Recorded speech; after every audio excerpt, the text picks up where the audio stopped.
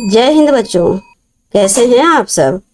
आशा करती हूँ सब स्वस्थ मस्त होंगे और खूब मन लगा के पढ़ाई कर रहे होंगे। तो आइए बच्चों, आज हम आपका पाठ गद्य से संबंधित प्रथम पाठ प्रताप नारायण मिश्र को लेके चल रहे हैं बच्चों। क्योंकि अभी तक हम गद्य को ही पढ़ा रहे थे, लेकिन हमको आपके एग्जाम के दृष्टि से हमने सोचा कि अब आपको पद भी थोड़ा पढ़ा देना चाहिए। तो 4 से 5 लेसन आपको पढ़ा देंगे तो आप अपने एग्जाम में अच्छा कर लेंगे। तो आइए बच्चों, सबसे पहले तो हम इनके जीवन परिचय को जान लेते हैं, क्योंकि जीवन परिचय भी हमारा आता है। तो देखिए बच्चों, बहुत आसान है। आप इसको, चूंकि आपका एग्जाम भी बहुत नजदीक है, तो आप सिर्फ इसी फ्लो चार्ट पे ही फोकस कीजिएगा। इसी फ्लो चार्ट को फटाफट कॉपी में लिख लीजिए, खूब जल्दी जल्दी लिख लीजिए। और उसके बाद में देखिए बच्चों, अब इसको हम थोड़ा सा बड़ा करके आपको इनके बारे में डिटेल समझा देते हैं।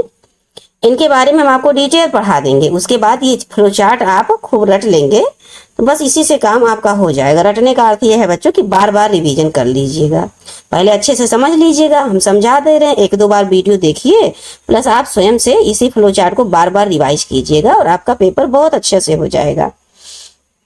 तो आइए बच्चों, देखिए ये प्रताप नारायण मिश्र का जन्म बच्चों कहाँ हुआ था? तो ये बैजे गांव उन्नाव में हुआ था। कहाँ पड़ता है बैजे गांव? उन्नाव उत्तर प्रदेश में पड़ा था, उत्तर प्रदेश में है। और ये कहाँ पर हुआ था इनका जन्म? तो जन्म बच्चों 1856 का है।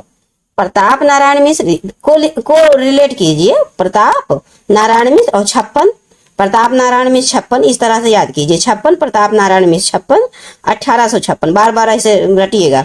प्रताप नारायण मिश्र 56 और ये फिर 1894 में इनकी मृत्यु हो जाती है बच्चों। 56 आप याद कीजिएगा, 94, ठीक है। इसी पे ये फैक्ट हो, अगर ये फ्लो चार्ट आप सुंदर से भर ले गए तो जो आपके गुरु होंगे आपको एक भी नंबर नहीं काटेंगे। बहुत अच्छे से समझ जाएंगे कि बच्चा बराबर पढ़ता रहा। और देखिए बच्चों, इनके पिता प्रताप नारायण मिश्र के पिता कौन थे? देखिए संकटा प्रसाद मिश्र थे। ये ज्योतिषी थे। क्या थे? ज्योतिषी। और इनकी प्रमुख कृतियां जो मोस्ट इंपॉर्टेंट है, आप रट के रखिए इसको। कलि कौतुक, हठी हमीर, प्रताप पीयूष, मन की लहर, भारत दुर्दशा। देखिए बच्चों, एक तो भारत दुर्दशा भारतेंदु हरिश्चंद्र ने भी लिखा है, लेकिन वो नाटक है और ये इनकी क्या है? रचना है। और प्रताप समीक्षा और गौशंकर, तो आपको ज्यादा नहीं जानना है।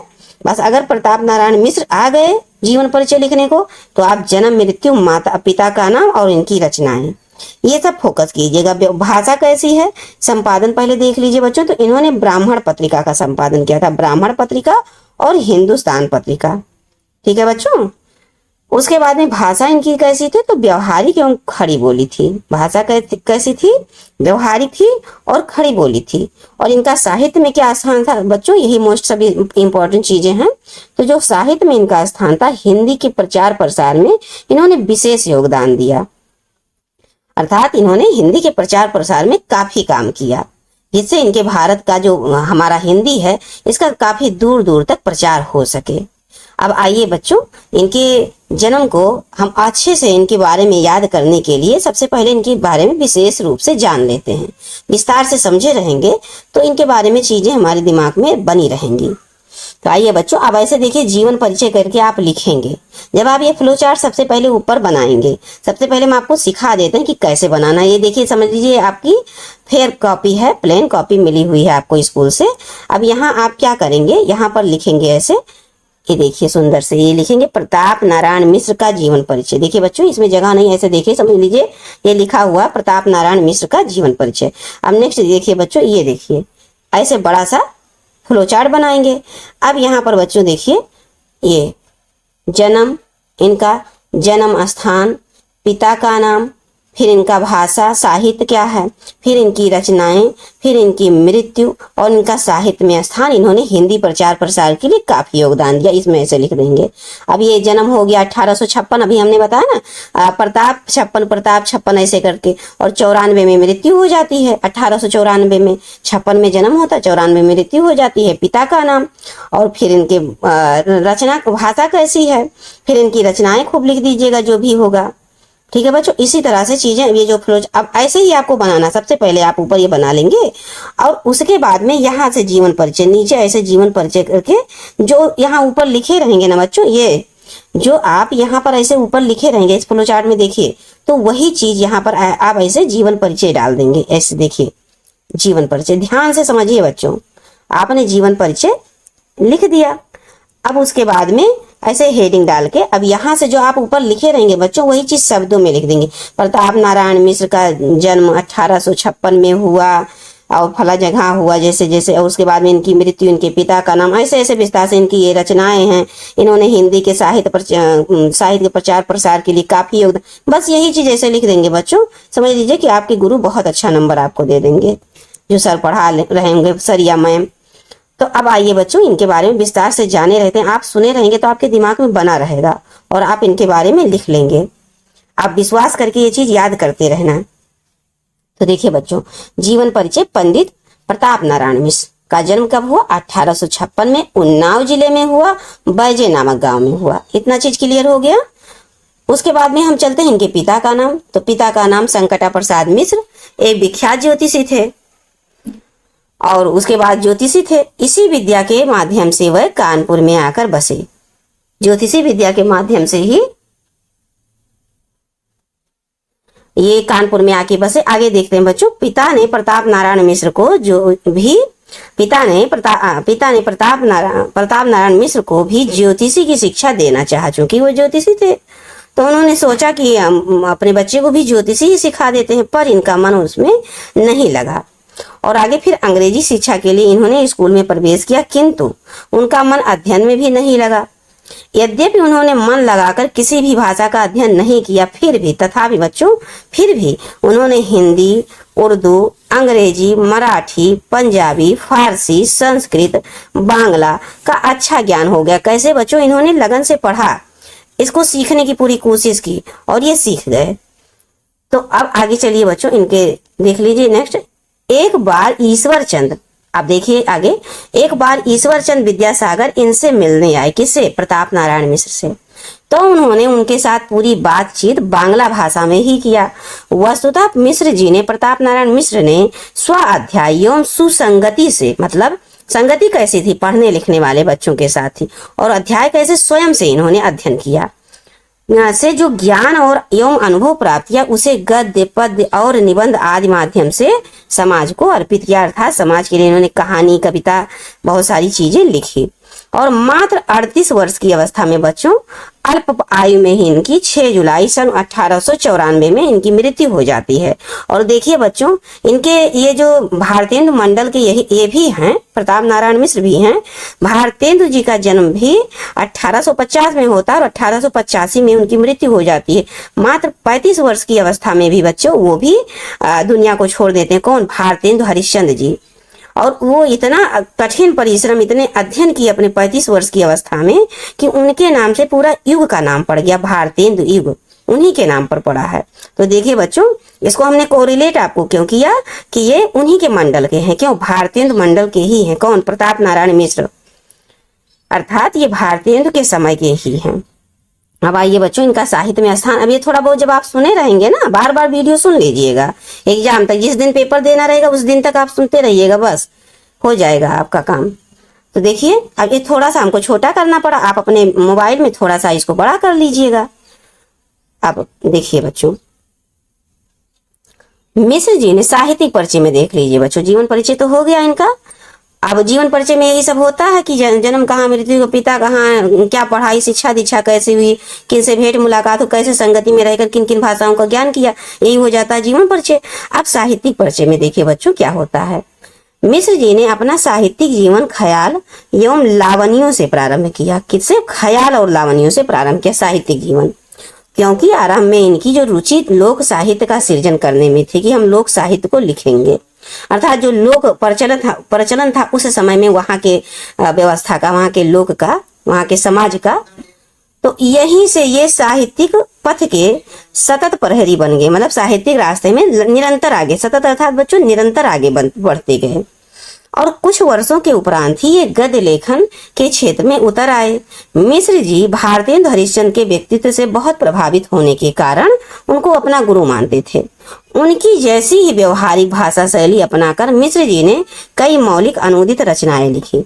1883 ईस्वी में कानपुर से ब्राह्मण नामक पत्रिका निकालना शुरू किया और इन दिनों के लिए काला कांकर, इन दिनों के लिए बच्चों ये देखिए काला कांकर से निकलने वाले हिंदुस्तान पत्र के संपादक मंडल में भी रहे ये। और भारतेंदु जी कवि वचन सुधा से प्रेरित होकर मिश्र जी ने भारतेंदु जी के कवि वचन, भारतेंदु जी ने क्या लिखा? कवि वचन सुधा लिखा। इससे इन्होंने प्रेरित हुआ, ये हुए कौन? प्रताप नारायण मिश्र। और इन्होंने भी कविताएं लिखना प्रारंभ कर दिया। इन्होंने कानपुर में नाटक सभा की स्थापना की और इसके माध्यम से पारसी थिएटर समानांतर हिंदी का अपना रंगमंच खड़ा करना चाहते थे बच्चों, अपना खुद का रंगमंच नाटक के लिए। तो वह स्वयं भारतेंदु जी की तरह एक कुशल अभिनेता थे। क्या थे? कुशल अभिनेता थे। और बांग्ला में, एक मिनट बच्चों देखिए, बांग्ला में अनेक ग्रंथों हिंदी अनुवाद करके, बांग्ला के अनेक ग्रंथों का हिंदी में अनुवाद करके, हिंदी में ट्रांसलेट करके इन्होंने हिंदी साहित्य की श्री वृद्धि की। और इनकी साहित्यिक विशेषता थी कि दांत, भौं, वृद्ध, धोखा, बात, मोक्ष जैसे साधारण विषयों पर चमत्कारपूर्ण और असाधारण निबंध लिखे। कौन कौन बच्चों? दांत लिखा, भौं लिखा, वृद्ध लिखा, धोखा लिखा, बात लिखा जो कि आपके चैप्टर में दिया हुआ है, मोक्ष, ये सब इन्होंने बहुत ही अच्छे ढंग से लिखा। और बच्चों देखिए इनकी कृतियां, आइए एक मिनट थोड़ा सा आगे, बस थोड़ा सा यही है। इनकी कृतियां देखिए, इन्होंने क्या क्या किया। लगभग 40 पुस्तकों को इन्होंने लिखा इतने कम समय में बच्चों। और फिर उसके बाद इनके अनेक नाटक, निबंध, आलोचनाएं सब सम्मिलित हैं इसमें। कृतियां मौलिक और अनुदित दो प्रकार की हैं बच्चों। मौलिक समझ लीजिए और अनुदित समझ लीजिए। मौलिक क्या होती है? जो लेखक स्वयं के बुद्धि विचार से लिखते हैं। और अनुदित क्या होता है बच्चों? किसी दूसरे भाषा को अपनी भाषा, हिंदी भाषा में उसको अनुवाद कर देना। जैसे कि अभी इन्होंने बांग्ला भाषा का हिंदी में अनुवाद किया ना, तो इसी प्रकार से अनुदित उसे ही कहते हैं जो दूसरी भाषा में रहे उसको अपनी भाषा में अनुवाद कर दिया जाए। और बच्चों मौलिक में देखिए निबंध संग्रह है प्रताप पीयूष, निबंध नवनीत और प्रताप प्रतीक्षा। अब इसमें से जो भी आपको जितना भी याद हो सकेगा मैक्सिमम आप याद कर लीजिएगा, बार बार चीजें सुन लीजिएगा और कॉपी में थोड़ा बहुत लिख लीजिएगा। जैसे निबंध संग्रह लिख लीजिएगा। अब यहाँ पर देखिए बच्चों, जैसे अब इन्होंने क्या यहाँ पर देखिए दिखा रहे हैं, ये देखिए यहाँ पर जो जीवन परिचय में बच्चों, अब यही तो आपके जो फ्लो चार्ट में दिया है यहाँ पर, वही तो लगभग यहाँ पर दिया है। बस यही चीज को ऐसे आप सुंदर से नीचे ऐसे इसी के नीचे ऐसे यहाँ पर ऐसे जीवन परिचय डालते हुए यही चीज ऐसे लिख दीजिएगा। और उसके बाद बच्चों देखिए साहित्य में परिचय। अब साहित्य में परिचय आप ऐसे लिख पाएंगे तो बहुत अच्छी बात है। लिखने के बाद ऐसे यहाँ पर लिख देगा। ये दो चीज इंपॉर्टेंट के ख्याल और लावनियों में इन्होंने प्रारंभ किया, क्योंकि इनका आरंभ से ही लोक साहित्य में बड़ा ही रुचि था। इतना आप तो अच्छे से लिख ही पाएंगे। उसके बाद क्या करेंगे, इसके बाद ये इन्होंने क्या किया, ये नाटक, इन्होंने कानपुर में नाटक सभा की स्थापना की। ये फैक्टेज है, इसको याद कर लीजिए, लिख दीजिएगा। कानपुर में नाटक सभा की स्थापना की और फिर उसके बाद वहां पर जिसके माध्यम से पारसी थिएटर या रंगमंच खड़ा करना चाहते थे। क्या? पारसी थिएटर के समान ही हिंदी का भी अपना क्या रंगमंच, जैसे पारसी थिएटर थे उसी प्रकार से हिंदी का भी अपना वो एक रंगमंच खड़ा करना चाहते थे। बस इसीलिए नाटक सभा की स्थापना की। कहाँ पर? कानपुर में। बस हो गया, इतना बहुत। अब दूसरा ये देखिए नीचे लिखा है बच्चों, बांग्ला के अनेक ग्रंथों को हिंदी भाषा में अनुवाद किया इन्होंने। और उसके बाद में थोड़ा बहुत ये देखिए साहित्य में इन्होंने ये लिख दिया है, क्या? बात, भौं, जिस चूंकि आपके बात भी आपके पाठ में ही दिया है तो दांत, भौं, बात, बस 2-3 लिख दीजिएगा। यही सब है बच्चों। आप इससे आप टेंशन बिल्कुल मत लीजिए, एकदम सही हो जाएगा आपका। ये देखिए अब इतना सारा थोड़ा सा विस्तार में दिया हुआ है अलग अलग से आपके याद करने की दृष्टि से। अब देखिए निबंध में, अब देखिए यहाँ पर ये है कि निबंध कौन कौन सा है, तो भौं है, दांत है, चिंता है, पेट है, स्वतंत्रता है, रिश्वत है, विलायत यात्रा, बहुत सारे हैं। तो इसमें आपको ज्यादा नहीं परेशान होना। बस चूंकि आपका एग्जाम बहुत नजदीक है बच्चों, ये जो फाइनल टर्म का एग्जाम होगा ना, हम आपको एक एक पॉइंट अच्छे से याद कराएंगे। अभी तो आपका एग्जाम आने ही वाला होगा, हो सकता है 2-4-10 दिन में हो। तो आप ये काम कीजिए बस इसी सरसरी नजर से, बस जो आपको याद हो सके मैक्सिमम चीजें, भारत दुर्दशा, ये देखिए प्रहसन, बहुत सारी चीजें नहीं, बस आपको हमने जो ऊपर बता दिया बस आप उसी को कोशिश करके ध्यान से पढ़ लीजिएगा बच्चों। अब देखिए यहाँ पर संपादन, हमने पहले भी इनको उसमें क्या नाम है फ्लोचार्ट में ही बता दिया, संपादन ब्राह्मण पत्रिका का संपादन किया था। भाषा शैली इनका आप जानते हैं उसमें ही लिखे हैं। बोलचाल की साधारण सी भाषा थी, सरल थी। और ये देखिए बच्चों, अब यहाँ भाषा शैली को देख लीजिए, सर्वसाधारण की भूल भाषा थी, जैसे आम जनता बोलती थी उसी भाषा में इन्होंने लिखा, शुद्ध हिंदी में। और देखिए बात यहाँ पर देखिए बच्चों, ये भी आपके पाठ से संबंधित है। मिश्र जी ने ये देखिए, मिश्र जी ने शैली के दो रूप मिलते हैं मिश्र जी के, एक तो हास्य व्यंग विनोदात्मक अर्थात हास्य हंसी वाला, और दूसरा गंभीर विचारात्मक विवेचनापूर्ण वाला। तो जो बात है, पाठ जो आपके एग्जाम पेपर में सिलेबस में दिया है बच्चों, वो है हास्य व्यंग्य प्रधान। क्या? हास्य व्यंग्य प्रधान शैली है। कैसा है जो बात है, वो हंसने योग्य बातें दी है उसमें। और पाठगत बात शीर्षक निबंध विजय शंकर मल्ल द्वारा संपादित प्रताप नारायण मिश्र ग्रंथावली से संकलित है। अब ये क्वेश्चन आपसे पूछ लेगा कि जो बात से कविता है, कहानी है, निबंध, वो किस ग्रंथावली से लिया गया है? तो प्रताप नारायण मिश्र द्वारा ये प्रताप नारायण मिश्र ग्रंथावली से लिया गया है। और देखिए बच्चों, परतंत्र भारत में भारतीयों को जागृत करना तथा अपने अनुभवों और कष्टों को व्यक्त करने के लिए प्रेरित करना इस निबंध का मेन लक्ष्य रहा है बच्चों। तो अब हम आइए आपको नेक्स्ट में देखिए बच्चों, साथ ही साथ में हम आपको लेसन नहीं पढ़ा रहे हैं अभी। क्यों? क्योंकि आपका एग्जाम आने वाला, हम लेसन से संबंधित आपको क्वेश्चन करा दे रहे हैं और आपको दिखा दे रहे हैं कि इसी प्रकार से क्वेश्चन आएंगे बच्चों। तो देखिए, ये आप वीडियो रोक रोक के लिख लीजिएगा कॉपी में, और 2-3 बार वीडियो सुन लीजिएगा। कॉपी में इसके आंसर को लिखिएगा, ये क्वेश्चन ये सब मत लिखिएगा। इसके जो सिर्फ आंसर हैं बच्चों, ये जैसे व्याख्या वाला लिख लीजिएगा। अब ये प्रश्न है, प्रश्न को मत लिखिएगा, 1-2 करके आप आंसर सिर्फ लिख लीजिएगा। प्रश्न लिख लेंगे तो ज्यादा बेटर रहेगा आपको याद करने में, लेकिन अगर आपके पास समय का अभाव है तो आप आंसर लिख लीजिए और प्रश्न को यहीं पर स्क्रीनशॉट ले लीजिएगा मोबाइल में, और वहीं से फटाफट पढ़ लीजिएगा। लिखने का भी समय नहीं रहेगा तो क्या कीजिएगा, स्क्रीनशॉट, वीडियो ऐसे रोक रोक के और स्क्रीनशॉट ले लीजिएगा। तो आइए हम अब ये देखिए फर्स्ट गद्यांश को यहाँ पर इम्पोर्टेंट समझते हुए हमने आपको यहाँ से लिया। देखिए बच्चों, यहाँ पर कह रहे हैं, अब हम पढ़ाना समझाना प्रारंभ करते हैं। आप कॉन्सेंट्रेशन से समझिए और इसको रोक के स्क्रीनशॉट लीजिएगा और लिखिएगा, और मतलब याद कर लीजिएगा, और हो सके तो कॉपी में लिख लीजिएगा समय आपके पास हो तो। देखिए बच्चों, इसमें कह रहे हैं कि यदि हम, यहाँ से आ सकता है, यदि हम वैध होते, कह रहे हैं कि यदि हम वैध होते तो कफ और पित्त के सहवर्तीवाद की व्याख्या करते। कह रहे हैं कि अगर हम वैध होते तो कफ और पित्त के सहवर्तीवाद की व्याख्या कर देते, तथा भूगोल वेत्ता होते तो किसी देश के जलवाद का वर्णन करते। और किंतु दोनों विषयों में से हमें एक बात कहने का भी प्रयोजन नहीं है, हम तो केवल उसी बात के ऊपर 2-4 बातें लिखते हैं जो हमारे तुम्हारे संभाषण के सम्मुख, यानी कि हमारे और आपके बीच जो बातें होती हैं, वार्तालाप होता है, उसी के समय मुख से जो निकल कर परस्पर हृदयस्थ, मतलब जो हम लोग आपस में जब बात करते हैं तो जो हमारे मुख से जो बातें निकलती हैं, जो हृदय को छू लेने वाली हृदयस्थ भाव, जो हमारे हृदय को टच करने वाली भाव होती, उसी को हम प्रकाशित करते रहते हैं। इसमें दिया हुआ है। अब देखिए बच्चों, यहाँ सहवर्ती आपको साफ साफ दिया हुआ कि सहवर्ती क्या होता है। देखिए थोड़ा सा बड़ा कर देते हैं। देखिए सहवर्ती तो साथ रहने वाला, सहचर, सहवर्ती साथ रहने वाला, सहचर कोई, और बात मतलब वचन, और वात मतलब बच्चों यहाँ पर देखिए वायु, ऊपर लिखा नहीं है वात, अगर हम वैध होते तो यहाँ देखिए वायु, और शरीर में स्थित वायु को वात कहते हैं। वायु तो होता है लेकिन जो शरीर के अंदर स्थित वायु हो तो उसको वात कहते हैं। आगे देखिए वेत्ता अर्थात ज्ञाता, जानने वाला, जलवात अर्थात जलवायु, संभाषण बातचीत, हृदयस्थ मन में, क्या मन में, हृदय में, मन में जो बैठ जाए। तो आइए बच्चों, अब ऐसे आपके क्वेश्चन बनेंगे।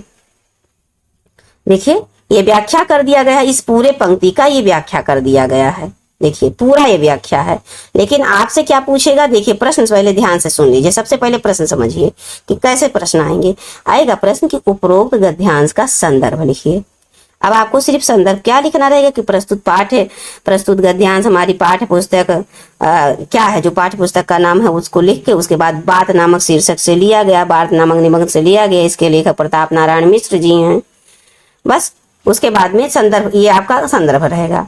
अब रेखांकित अंश की व्याख्या करनी रहेगी बच्चों। तो देखिए आप इसको पूरा इसमें पूरे अंश की व्याख्या दी गई है, जो इतना पूरा चैप्टर है इस पूरे का व्याख्या दे, लेकिन आपको कितना व्याख्या लिखना रहेगा, ये जो अंडरलाइन है, ये जो देखा है अंडरलाइन हुआ, ये बस आपको इतने के ही व्याख्या करना रहेगा। अगर आपके परीक्षा में आ गया तो इसी प्रकार से क्वेश्चन बनेंगे कि ऐसे दिया होगा, उसमें कुछ अंडरलाइन किए रहेंगे, उसी को आपको व्याख्या करने के लिए कहा जाएगा। और उसके बाद दूसरा क्वेश्चन देखिए बच्चों, यदि लेखक वैध होता तो किस बात की व्याख्या करता। तो देखिए वैध होता तो किस बात की व्याख्या करता, यहाँ पर साफ साफ लिखा नहीं है। ये देखिए लेखक कह रहे हैं कि यदि हम वैध होते तो कफ पित्त सहवर्ती वात की व्याख्या करते। बस यही एक लाइन है आपका आंसर कि यदि हम वैध होते तो कफ और पित्त के सहवर्ती वात की व्याख्या करते। बस इतना ही लिखना है बच्चों, ये हो गया आपका आंसर। अब आइए नेक्स्ट क्वेश्चन देख लेते हैं। क्वेश्चन से आप रूबरू हो जाएंगे बच्चों, जानकारी हो जाएगी तो चीजें कठिन नहीं लगेंगी। अब देखिए चौथा क्वेश्चन क्या पूछा, 5 क्वेश्चन आएंगे 10 अंक के। यदि लेखक भूगोलवेत्ता होता तो किस बात की व्याख्या करता। आपसे हमने बताया कि जल बात की व्याख्या करते। बात के माध्यम से हम किन किन भावों की अभिव्यक्ति करते हैं। तो देखिए यहाँ पर लिखा नहीं है, बात के माध्यम से हम अपने भावों की, ये देखिए हृदयस्थ यहाँ पर दिया, जो हमारे बात के माध्यम से क्या करते हैं, 2-4 बातें। हम तो केवल उसी बात के ऊपर 2-4 बातें लिखते हैं जो हमारे तुम्हारे संभाषण, यही इसी बात की व्याख्या करते हैं। हमारे तुम्हारे जो संभाषण के द्वारा जो हमारे तुम्हारे मुख से निकलते हैं परस्पर हृदयस्थ भाव, जो हृदय को मन को छू लेने वाले भाव निकलते हैं, उसी की वो व्याख्या करते। सीधा सीधा लिखा नहीं है बच्चों, हमें पूरा विश्वास है आपको चीजें समझ में आ रही होंगी। तो आइए बच्चों अब हम आप क्वेश्चन आंसर से, ये देखिए अभी चौथे नंबर का, हाँ 3, 1 मिनट बच्चों, ये दूसरे का है, ये यहाँ का है। हम पहले इसको पूरी तरह से अच्छे समझ लेते हैं। ये देखिए ये आपका हो गया। अब इसका व्याख्या हम लोग समझ लेते हैं। ये देखिए अभी तक हमने व्याख्या नहीं पढ़ा था, क्वेश्चन से आपको बता रहे थे कि कैसे क्वेश्चन बनेंगे। तो देखिए बच्चों व्याख्या को समझ लेते हैं। हमने उसको पढ़ ही लिया पद्यांश को, गद्यांश को, अब इसकी व्याख्या को देख लेते हैं। व्याख्या है बच्चों की प्रताप नारायण मिश्र जी हास्य व्यंग प्रधान है। अभी आपने जीवन परिचय पढ़ा, इसलिए हमने बच्चों आपको जीवन परिचय सबसे पहले पढ़ाना जरूरी समझा। हास्य व्यंग प्रधान शैली में बातचीत के महत्व पर प्रकाश डालते हुए लिखते हैं कि अगर हम आयुर्वेद के चिकित्सक होते, वैद्य माने चिकित्सक, तो निश्चित ही शरीर के त्रिदोषों अर्थात वात पित्त और कफ, ये त्रिदोष होते हैं शरीर के, एक वात होता है, एक पित्त होता है, एक कफ होता है, से वात के विषय में बात करते। ये जो 3 दोष हैं इनमें से ये वात के विषय में बात करते। फिर आगे कहते हैं कि अगर भूगोल के जानकार होते, भूगोलवेत्ता यानी कि भूगोल के जानकार होते, तो किसी भी देश के जलवायु के विषय में बात करते। हमें उस प्रकार की बात नहीं करनी है जिस प्रकार चिकित्सक कफ पित्त और वायु विकार से संबंधित बातचीत करके रोग का निदान करते हैं। चिकित्सक तथा भूगोलवेत्ता के जानकार तो देश के जलवायु, चिकित्सक तथा भूगोलवेत्ता के जानकार तो देश के जलवायु का वर्णन करते हैं। यह देखिए वर्णन करते हैं, परंतु हमें न कफ न पित्त न वायु विकार से संबंधित रोगों की बात करनी है, ना ही देश के जलवायु की बात करनी है। हमें तो केवल उसी विषय के बारे में बात करनी है जो बातचीत के समय हमारे मुख से निकलती है और जिसके द्वारा हम अपने हृदय में छिपे हुए दुख, सुख, दुख, रोग, राग, द्वेष, क्रोध आदि भावों को प्रकट कर देते हैं। देखिए बच्चों कितना सरल है। अब आप इसको 2 से 3 बार सुन लेंगे तो नहीं याद हो जाएगा, प्लस इसको रोक के स्क्रीनशॉट ले लीजिएगा, नहीं तो कॉपी में फटाफट लिख लीजिएगा, जिससे आपके एग्जाम में काफी मदद करेगा आपको। तो आइए बच्चों अब एक तो हो गया गद्यांश, अब एक और ले लेते हैं, क्योंकि परीक्षा की दृष्टि से इंपॉर्टेंट समझते हुए हम आपको पढ़ा रहे हैं। अब जो भी आ जाए, देखिए बच्चों आपके किताब से अब ये बात है ना, तो जो हम ये 2 पढ़ा रहे हैं इसमें से आए या ना आए, इसी तरह से कोई अन्य गद्य लेके पैसेज लेके दे सकते हैं, तो आपको इसी तरह से करना है। बिल्कुल भी परेशान नहीं, आप इसको, ये जो गद्यांश है ना बच्चों, इसको आप ध्यान से 2 मरतबा पढ़ लीजिएगा एग्जाम में, एग्जाम में पेपर लीजिएगा, पहले 2 बार इसको अच्छे से पढ़ लीजिएगा, उसके बाद क्वेश्चन पढ़िएगा। इसको पढ़ने के बाद आप क्वेश्चन पढ़िएगा, क्वेश्चन से पढ़ते पढ़ते इसी में से आप आंसर निकालते जाइएगा और बहुत आसानी से लिख लेंगे बच्चों। तो आइए अब हम नेक्स्ट, ये थोड़ा सा वीडियो आपका लॉन्ग होगा हम समझ रहे हैं, लेकिन चूंकि आपका एग्जाम है तो हमको ये थोड़ा ज्यादा समय देकर आपको पढ़ना ही पड़ेगा। तो अब देखिए बच्चों, थोड़ा सा इसको हम बड़ा कर लेते हैं ताकि पढ़ने में आसानी रहे। देखिए अब ये दूसरा गद्यांश है बच्चों। सच पूछिए तो इस बात की भी क्या बात है, सच पूछिए तो इस बात की भी क्या बात है जिसके प्रभाव से मानव जाति समस्त जीवधारियों की शिरोमणि अर्थात अशरफ उल मखलूकात कहलाती है। सुख सारिकादि पक्षी केवल थोड़ी सी समझने योग्य बातें उच्चरित कर सकते हैं, इसी से अन्य नभचारियों की अपेक्षा आदृत समझे जाते हैं।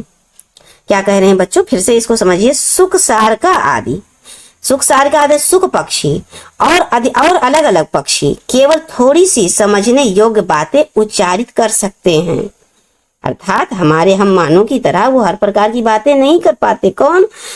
जो पक्षीगण होते हैं, जो आदि जीव और अन्य जीव होते हैं मनुष्य के अलावा, वो बस कुछ ही थोड़ी सी समझने योग्य बातों को उच्चारित कर पाते हैं, अपनी भाषा में खुद समझ लेते हैं। जैसे कबूतर थोड़ा बहुत, तोता है आपका सुख, तोता है तो क्या है, उसको आप राम राम रटा देंगे तो रट लेगा, थोड़ा और बहुत रटा देंगे, घर पे रखेंगे तो थोड़ा बहुत और रट लेगा, इससे ज्यादा तो नहीं बोल पाएगा।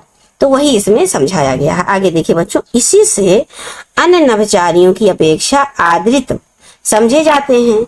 मतलब जो अब अन्य नभचारी हैं, मतलब नभचारी अर्थात आकाश में उड़ने वाले और भी पक्षी हैं, इसमें तोता थोड़ा सा अलग हो जाता है, ये इनमें बताने का आशय है बच्चों। यहाँ पर ये बता रहे हैं कि सुख सार का आदि मतलब जो सुख हैं या इनसे संबंधित और इनके जाति प्रजाति के हैं जो बोल पाते हैं कुछ शब्द, वो कुछ ही शब्द उच्चरित कर पाते हैं, और इसीलिए जो अन्य नभचारी हैं अर्थात आकाश में उड़ने वाले और जो जीव हैं उनसे ये थोड़ा सा भिन्न हो जाते हैं। फिर आगे कह रहे हैं कि फिर कौन ना मानेगा कि बात की बड़ी बात है, कि बात की क्या है, बड़ी बात है। हाँ, बात की बात इतनी बड़ी है कि परमात्मा को लोग निराकार कहते हैं। बात की बात इतनी बड़ी बात है कि परमात्मा को लोग क्या कहते हैं, निराकार कहने लगते हैं, तो भी इसका संबंध उसके साथ लगाए रहते हैं। निराकार कहते हैं फिर भी संबंध जुड़ा रहता है बात का। फिर कहते हैं वेद ईश्वर का वचन है। वेद क्या है? ईश्वर के वचन है। कुरान शरीफ कलामुल्लाह है, Holi Bible word of God हैं। ये वचन कलाम और वर्ड बात ही के पर्याय तो हैं बच्चों। क्या है? बात ही तो हैं। वचन, बात माने वचन होता है, और कलाम भी बात हो गया, और वर्ड जो अंग्रेजी में बोला जाता है उसको भी हम बात ही कहते हैं। वही ये लेखक समझाना चाहते हैं कि ये जो कलाम और वर्ड है ये भी बात के ही तो पर्यायवाची हैं, जो प्रत्यक्ष मुख के बिना स्थित नहीं कर सकती, अर्थात बिना बोले ये स्थिति नहीं कर सकती। फिर आगे कहते हैं पर बात की महिमा के अनुरोध से सभी धर्मावलंबियों ने बिना बानी वक्ता बड़जोगी वाली बात मान रखी है। कह रहे हैं पर बात की महिमा के अनुरोध से सभी धर्मावलंबियों ने बिना बानी वक्ता बड़जोगी वाली बात मान रखी है। तो आइए बच्चों इसके थोड़ा सा अर्थों को पहले देख लेते हैं, जिससे कि व्याख्या करें तो चीजें समझ में आए। शिरोमणि माने सर्वश्रेष्ठ, ठीक, शिरोमणि माने जो बहुत सर्वश्रेष्ठ हो। अशरफ उल माने मखलूकात माने संपूर्ण जगत में श्रेष्ठ। सुख सारिका आदि माने की तोता मैना आदि। नभचारियों मतलब आकाश में विचरण करने वाले पक्षियों कह सकते हैं। आदृत माने आदरणीय है, मतलब सम्माननीय है, थोड़ा उनसे अलग है, उनका हम लोग और पक्षियों की अपेक्षा तोता मैना का हम लोग थोड़ा सम्मान करते हैं। देखिए अपने घर पे भी पालते हैं, राम राम रटाते हैं। कुरान शरीफ माने इस्लाम धर्म का अरबी भाषा में लिखित धर्म ग्रंथ है कुरान शरीफ। कलामुल्लाह अल्लाह का कलाम है, अल्लाह का कथन है। होली बाइबल ईसाइयों की धर्म पुस्तक है। वर्ड ऑफ गॉड ईश्वर के शब्द हैं, ईश्वर का कथन है। धर्मावलंबियों धर्म को मानने वाले हैं। वक्ता बोलने वाला, वक्ता, जो कोई कुछ बोलता है उसको वक्ता कहते हैं। तो आइए बच्चों, अब हम इससे संबंधित पहले क्वेश्चन को देख लेते हैं। देखिए इसमें कितने क्वेश्चन हैं, ये देखिए इसमें आपके 6 क्वेश्चन आ गए हैं, लेकिन 5 ही क्वेश्चन पूछे जाएंगे बच्चों, ये 10 नंबर के रहेंगे। तो देखिए पहले इसको हम देख लेते हैं। पहला क्वेश्चन देखिए, संदर्भ पूछ लिया ना, उपरोक्त गद्यांश का संदर्भ लिखिए। तो आप क्या लिखेंगे, प्रस्तुत पद्यांश हमारे पाठ्य पुस्तक हिंदी गद्य से लिया गया है और इसके हिंदी गद्य बात शीर्षक से लिया गया। इसके लेखक प्रताप नारायण मिश्र जी हैं। और फिर अब आप रेखांकित शब्द अंश की व्याख्या करेंगे। उसके बाद तीसरा क्वेश्चन आपसे पूछ रहा है, थोड़ा सा छोटा कर दें, ये देखिए, किसके प्रभाव से मानव जाति को समस्त जीवधारियों में सर्वश्रेष्ठ समझा जाता है। तो यहाँ पर सिर्फ आपको लिखना बात के प्रभाव से। बच्चों क्या लिखना है, बात के प्रभाव से। देखिए पहले हम लोग प्रश्न पढ़ देते हैं। अन्य नभचारियों की अपेक्षा आदृत समझे जाने वाले पक्षियों के नाम बताइए। वही तोता मैना। लेखक ने ईश्वर से बात का संबंध किस प्रकार स्थापित किया है। फिर आगे धर्मावलंबियों का बिन बानी वक्ता वर्ण जोगी। ये देखिए बच्चों, सभी के उत्तर भी यहाँ पर लिखे हुए हैं। देखिए अब इसको आप वीडियो रोक के स्क्रीनशॉट लीजिएगा और फटाफट लिख लीजिएगा। देखिए सभी के उत्तर भी लिखे हुए हैं। हम आपको पढ़ के पहले सुना देते हैं उत्तर को, फिर व्याख्या सुनाते हैं। पहले का उत्तर देखिए बच्चों, ये देखिए, प्रस्तुत निबंध गद्यांश हमारी पाठ्य पुस्तक गद्य खंड में संकलित बात शीर्षक निबंध से लिया गया। इसके लेखक प्रताप नारायण मिश्र। बस हो गया, 2 नंबर मिल गया आपको। फिर इस कह रहा है कि इस प्रश्न का उत्तर उपरोक्त रेखांकित व्याख्या में, ऊपर जो लिखा बच्चों अभी रेखांकित में हम उसको समझाते हैं आपको। तीसरा देखिए, बात करने की योग्यता के कारण मानव जाति को समस्त जीवधारियों में सर्वश्रेष्ठ समझा जाता है, क्योंकि हम लोग बात कर पाते हैं। इन तो संसार में बहुत सारे प्राणी हैं, लेकिन वह सब बेजुबान हैं। केवल मानव ही बात के माध्यम से अपनी बात दूसरों को कहता है और दूसरों की बात समझता है। इसी बात के कारण वह सर्वश्रेष्ठ समझा जाता है। फिर आदि देखिए बच्चों, चौथा नंबर का क्वेश्चन, सुख सार का आदि यानी तोता मैना आदि मनुष्य का अनुकरण कर बोलने का गुण बदमान है। मतलब मनुष्य के बातों को सुन सुनकर बार बार सीख कर और बोल लेते हैं शब्दों को, इसलिए वे अन्य पक्षियों में अधिक आदरणीय और श्रेष्ठ माने जाते हैं। ये जैसे बच्चों इसमें लिखा ऐसे ही नहीं लिखना, आप अपने स्तर से लिखिएगा। बस जो अब देखिए यहाँ पर तोता मैना लिखा तो आपको तोता मैना लिखना ही पड़ेगा। अब ये आदमियों की तरह बोल लेते, मनुष्यों की तरह बोल लेते, इसलिए ये श्रेष्ठ, ऐसे भी आप लिख सकते हैं। लेखक के अनुसार सभी पुराण ग्रंथ, वेद, कुरान, बाइबल आदि धर्म ग्रंथ ईश्वर के मुख से विस्तृत शब्दों का संकलित ग्रंथ है और कोई भी बात बिना मुख से नहीं हो सकती। मतलब जो बात है बिना बोले, बिना मुख से तो नहीं हो सकती। इसीलिए लेखक धर्म ग्रंथों को निराकार ईश्वर का रूप बताकर उससे बात का संबंध स्थापित करते हैं। फिर आगे बच्चों देखिए क्वेश्चन नंबर 6, धर्मावलंबियों का बिन बाणी वक्ता वर्ण जोगी से तात्पर्य क्या है। तो देखिए यही कह रहे हैं, क्या मतलब है इनका कि ईश्वर वाणी विहीन होने पर भी बहुत कुछ कह देता है, अतः वो बहुत बड़ा वक्ता है। कौन, ईश्वर। बात के महत्व के कारण ही वेद, पुराण, कुरान व बाइबल की बातों को ईश्वर का कथन मानकर उनका आदर किया जाता है। इसीलिए तुलसीदास जी ने भी कहा है कि वो ईश्वर वाणी रहित होते हुए भी श्रेष्ठ वक्ता व सर्वोच्च योगी होते हैं। बच्चों इसी प्रकार से क्वेश्चन बनेंगे। अब आपको इसको याद करना। देखिए बच्चों, इससे संबंधित जो व्याख्या है इसको हम आपको पढ़ के सुनाते हैं और समझाते भी हैं साथ में। देखिए बच्चों, यहाँ पर मिश्र जी बात की महिमा का वर्णन करते हुए कहते हैं कि मनुष्य को बातचीत करने के कारण समस्त जीवधारियों में श्रेष्ठ समझा जाता है, ऊपर समझा जाता है। मनुष्य का अनुकरण करके बोलने वाले पक्षी तोता मैना भी अन्य पक्षियों से में श्रेष्ठ और आदरणीय हो जाते हैं, क्योंकि ये बोल लेते हैं, सब पक्षी नहीं बोल पाते हैं। अर्थात मानव जीवन में बात का बहुत महत्व है तथा बात की महत्ता को अस्वीकार नहीं किया जा सकता। हाँ, बात का इतना महत्व है कि लोग ईश्वर को निराकार मानते हैं, फिर भी विभिन्न बातों का संबंध ईश्वर से जोड़कर देखते हैं और उन महान बातों को ईश्वर के कथन मानकर उनका आदर भी करते हैं।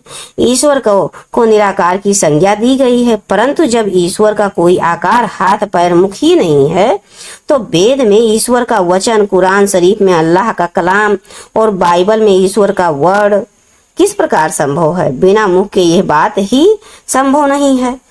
ईश्वर का साकार रूप होने पर ही उनकी वाणी संभव है, फिर भी निराकार होते हुए भी वेद, पुराण, कुरान, बाइबल को ईश्वर के वचन कहकर आदर किया जाता है। फिर कहते हैं सभी धार्मिक मनुष्यों ने बात के महत्व को स्वीकारते हुए बिना मुख वाले ईश्वर को सबसे बड़ा वक्ता और महान योगी माना है। तो देखिए बच्चों, हमें पूरा विश्वास है कि चीजें आपको समझ में आ रही होंगी। ये वीडियो भले थोड़ा सा लॉन्ग हो गया, लेकिन ये आपके एग्जाम की दृष्टि से बहुत इंपॉर्टेंट है।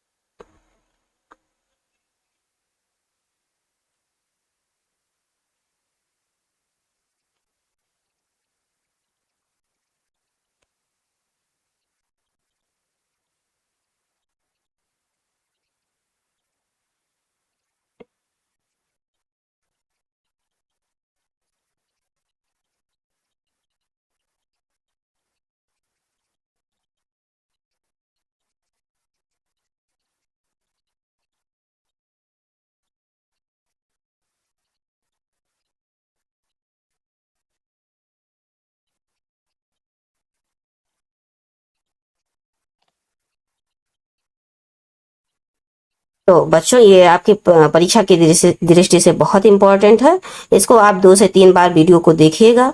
और बच्चों, ये आपके मैम का जो प्रयास आपको अच्छा लगा हो, आपको कुछ भी जरा भी फायदा हो, तो आप अन्य बच्चों को इसको शेयर अवश्य करना, क्योंकि जिस तरह ये आपको आवश्यकता है वैसे और बहुत सारे बच्चों को आवश्यकता हो सकती है। और आपके माध्यम से अगर पहुंचेगा तो आपसे वो बहुत प्रसन्न होंगे, खुश होंगे।